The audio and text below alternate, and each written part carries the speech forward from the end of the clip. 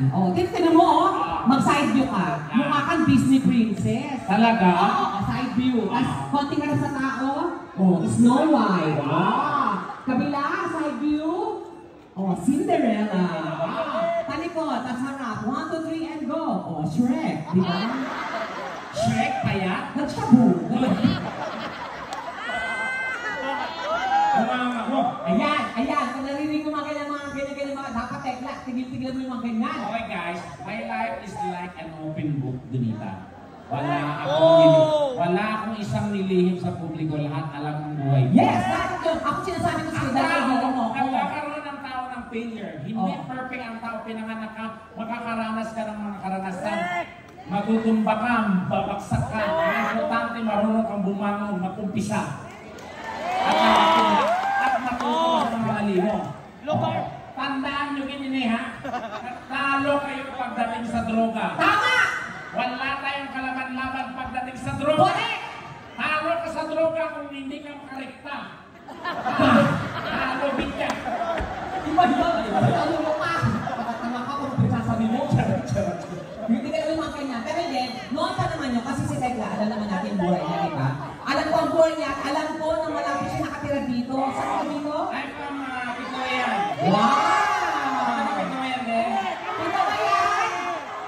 Sabi ni Tekla, ang gagwapo daw ng mga taga-Pikawayan. Nung nakita ko siya, parang hindi naman. Mas nagwapo mga taga-Midsayat yata eh, no? Hoy! Hindi ka nang gwapo ha? May aral mga kamukha ko.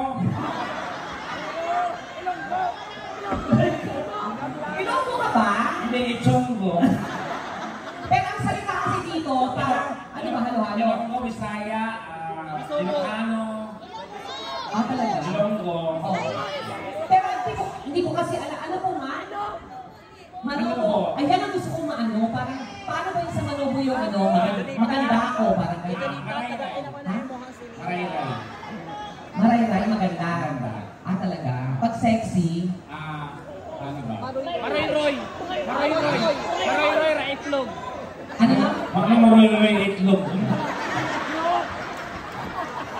Ano daw? Laylay na yung itlog. Bukang ka ha, bayuta ka. Yawak ka, pistik. May bayan kita mo, wala nga? Pero hindi Tekla, ano yung pinakamagandang lugar dito?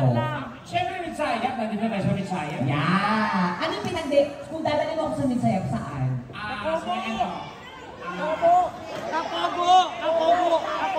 Masarap ang pagkain! Kay Madam Mabel! Madam Mabel, Kapogo! Ang dami mo lang malalaman, dapat sa'yo pa nakatumba na eh.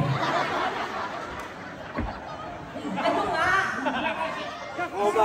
Kapogo! Di ba Mabel? 10 years na kasi akong dito. 10 years na rin nakakawin, so ngayon ka lang nakabalik dito banda. Ay, talaga. Pero maganda na yung lugar, no? Pero dati din sa Mitsaya, obra ko din sa may ano, sa may yung... Police station! Gawin din mo! Ang bako din!